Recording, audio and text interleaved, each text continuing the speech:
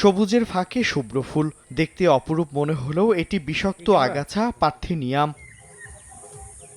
বর্তমানে পার্থেনিয়ামে ছেয়ে গেছে দিনাজপুরের হিলি রেল স্টেশন। স্টেশন মাস্টারের কার্যালয়ের আশপাশ সিগন্যাল পয়েন্ট ও রেললাইনের পাশে দাঁড়িয়ে আছে এই আগাছা। চিকিৎসকদের মতে এই আগাছার স্পর্শ কিংবা ফুলের রেণু বাতাসে ছড়িয়ে ত্বকে অ্যালার্জি, চুলকানি, হাঁপানি ও শ্বাসকষ্ট সহ নানা জটিল রোগের ঝুঁকি তৈরি করে। এজন্য দ্রুত আগাছা অপসারণের দাবি জানিয়েছেন স্থানীয়রা। গাছগুলো বিস্তার করার কারণে আমরা এখানে খেলতে পারি, আমাদের জন্য এবং পশু পাখির জন্য খুবই ক্ষতিকর একটা গাছ। ফুল মনে হলো কিন্তু এগুলো একটু বিষধর গাছ। এগুলা তো ধ্বংস করা দরকার, এগুলা মানুষের অনেক ক্ষতি হয়। সরাসরি যদি আমরা টাচ করি, আমরা স্কিনে যদি টাচ করি, সেই স্কিনের জায়গাতে আমাদের ডার্মাটাইটিস হয়ে যায়। এই পরাগরেণুগুলো যদি আমাদের শ্বাসনালীর মাধ্যমে আমাদের ফুসফুসে গিয়ে জমা হয়, সেক্ষেত্রে অ্যাজমা বা হাইপারসেনসিটিভিটি টাইপের রিয়াকশনগুলো হয়ে থাকে। কৃষি বিভাগ বলছে পরিত্যক্ত জমিতে পার্থেনিয়াম দ্রুত বিস্তার লাভ করে। এজন্য আগাছা গোড়া সহ তুলে আগুনে পুড়িয়ে ধ্বংস করলে বিস্তার রোধ করা সম্ভব। ক্লোরিন যুক্ত যে কোনো উইডিসাইড, সেই উইডিসাইডের মধ্যে আমাদের যে খাবার যে লবণ আছে সোডিয়াম ক্লোরাইড, সেই লবণ পানির সঙ্গে মিশিয়ে যদি স্প্রে করা যায়, সেক্ষেত্রে আগাছাটা নির্মূল করা সম্ভব।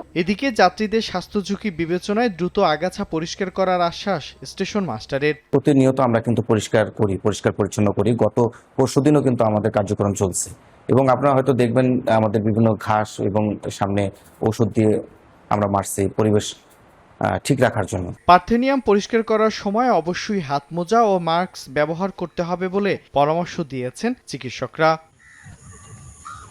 সময় সংবাদ, হিলি।